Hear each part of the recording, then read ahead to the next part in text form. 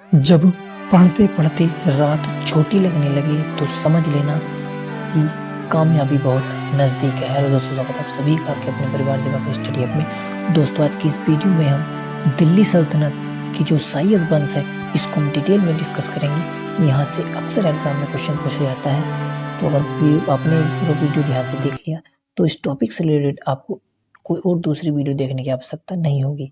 इस वीडियो में हमने सिलेक्टेड और इम्पोर्टेंट क्वेश्चन लिए हैं जो अक्सर एग्जाम में क्वेश्चन पूछे जाते हैं या क्वेश्चन पूछे जा सकते हैं, सभी को इसमें हमने इंक्लूड किया है।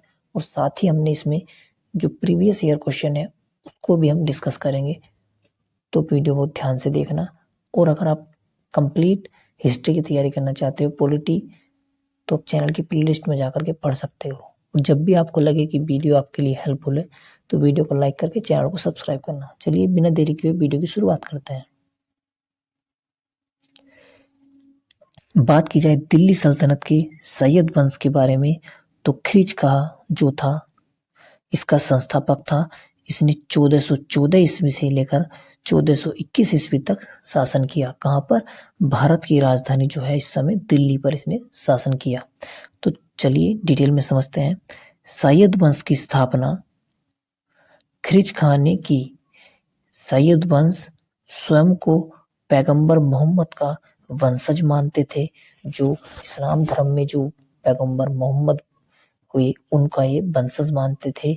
और ख्रिज खां ने कभी भी सुल्तान की उपाधि धारण नहीं की, उसने रैयत ए आला की उपाधि धारण की। यानी जो अभी तक दिल्ली सल्तनत पर जितने भी शासक हुए वे सुल्तान की अधिकतर उपाधि धारण करते थे, लेकिन जो ख्रिज खां हुआ इसने रैयत ए आला की उपाधि धारण की। चलिए आगे बढ़ते हैं। और इतिहासकारों के अनुसार इसे न्यायप्रिय एवं उदार शासक बताया गया। किसे? ख्रिज खां को। और ख्रिज खां जो था यह तैमूर लंग का सेनापति था और वह नियमित रूप से जो तैमूर का बेटा था शाहरुख, उसको यह कर भेजा करता था। यानी जो शासन कर रहा था दिल्ली में वह तो कर रहा था ख्रिज खां, और जो कर भेजा करता था यह शाहरुख को भेजा करता था, क्योंकि यह तैमूर लंग का सेनापति था। चलिए आगे बढ़ते हैं। और नेक्स्ट शासक है इसमें मुबारक शाह। तो मुबारक शाह यानी पहला शासक कौन हुआ इसमें? ख्रिज खां। ख्रिज खां के बाद मुबारक शाह। तो यह 1421 से लेकर 1434 तक इसने शासन किया। तो ख्रिज खां के बाद गद्दी पर उसका पुत्र मुबारक शाह बैठा। मुबारक शाह ने जो विख्यात इतिहासकार हुए बाहिन बिन अहमद सरहिंद को आश्रय प्रदान किया। और सरहिंद ने तारीख ए मुबारक शाही पुस्तक की रचना की। यह सैयद काल में लिखी गई एकमात्र पुस्तक थी जो कि सैयद वंश के विषय में जानकारी देती थी। यानी यहाँ से हमें पता चला कि जो नेक्स्ट शासक यानी दूसरा शासक हुआ वह मुबारक शाह हुआ 1421 से लेकर 1434 तक। और यह पुत्र था ख्रिज खां का। और इसके शासनकाल में तारीख ए मुबारक शाही पुस्तक लिखी गई, जिससे हमें सैयद वंश के शासन के बारे में जानकारी मिलती है। चलिए आगे बढ़ते हैं। अगला पॉइंट है मुबारक शाह ने शाह की उपाधि धारण की एवं अपने नाम का जो खतवा हुआ करता है उसको पढ़ाया एवं अपने नाम के सिक्के भी जारी किए। यानी जो खतवा हुआ करता था, एक प्रकार की इसकी नियमावली होती थी अलग से, उसको इसने जारी किया और अपने नाम के सिक्के भी इसने जारी किए। मुबारक शाह ने तैमूर के पुत्र व इराक के शाह को जो तो शाहरुख ने कर देना बंद कर दिया था। यानी अब तक जो इसके पिता ख्रिज खां जो कर देते हुए आ रहे थे, उसने यह कर बंद कर दिया। किसने? मुबारक शाह ने। चलिए आगे बढ़ते हैं। नेक्स्ट शासक हुआ मोहम्मद शाह। यानी मोहम्मद शाह जो हुआ वह 1434 से लेकर 1445 ईस्वी तक हुआ। मुबारक शाह के बाद गद्दी पर उसका दत्तक पुत्र मोहम्मद शाह गद्दी पर बैठा।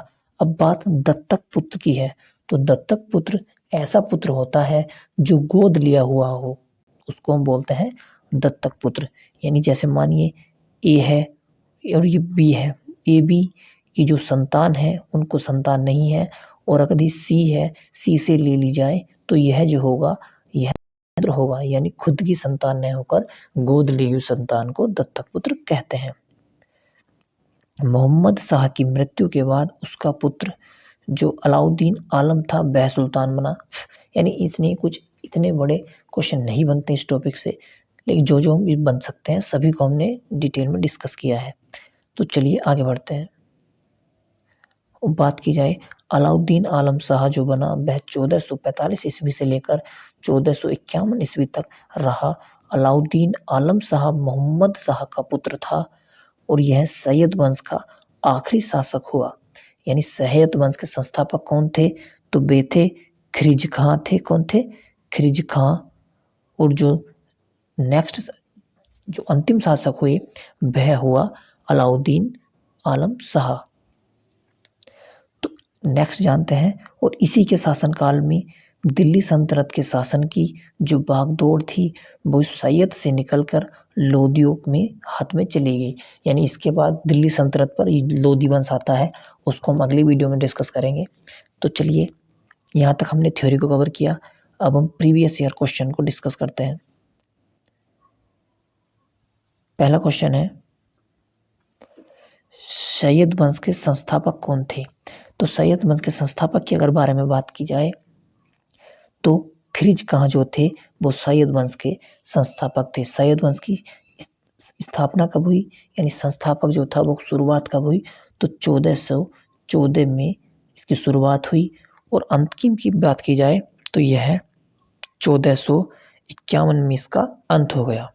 तो सैयद वंश के नेक्स्ट क्वेश्चन, सैयद वंश की शुरुआत कब हुई? तो 1414 में हुई। राइट आंसर ए हो जाएगा। चलिए आगे बढ़ते हैं। नेक्स्ट क्वेश्चन है हमारा सैयद वंश का अंतिम शासक कौन था? तो सैयद वंश का अंतिम शासक आपको बताना है कौन था।